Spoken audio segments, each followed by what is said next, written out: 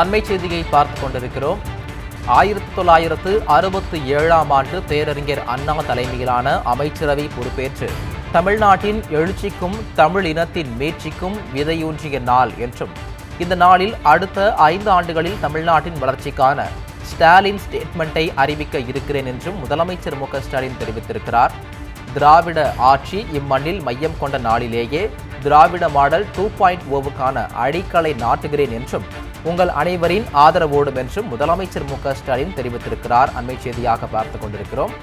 1967ஆம் ஆண்டு பேரறிஞர் அண்ணா தலைமையிலான அமைச்சரவை பொறுப்பேற்று தமிழ்நாட்டின் எழுச்சிக்கும் தமிழ் இனத்தின் மீட்சிக்கும் விதையூன்றிய நாள் என்றும், இந்த நாளில் அடுத்த 5 ஆண்டுகளில் தமிழ்நாட்டின் வளர்ச்சிக்கான ஸ்டாலின் ஸ்டேட்மெண்ட்டை அறிவிக்க இருக்கிறேன் என்றும் முதலமைச்சர் மு க ஸ்டாலின் குறிப்பிட்டிருக்கிறார்.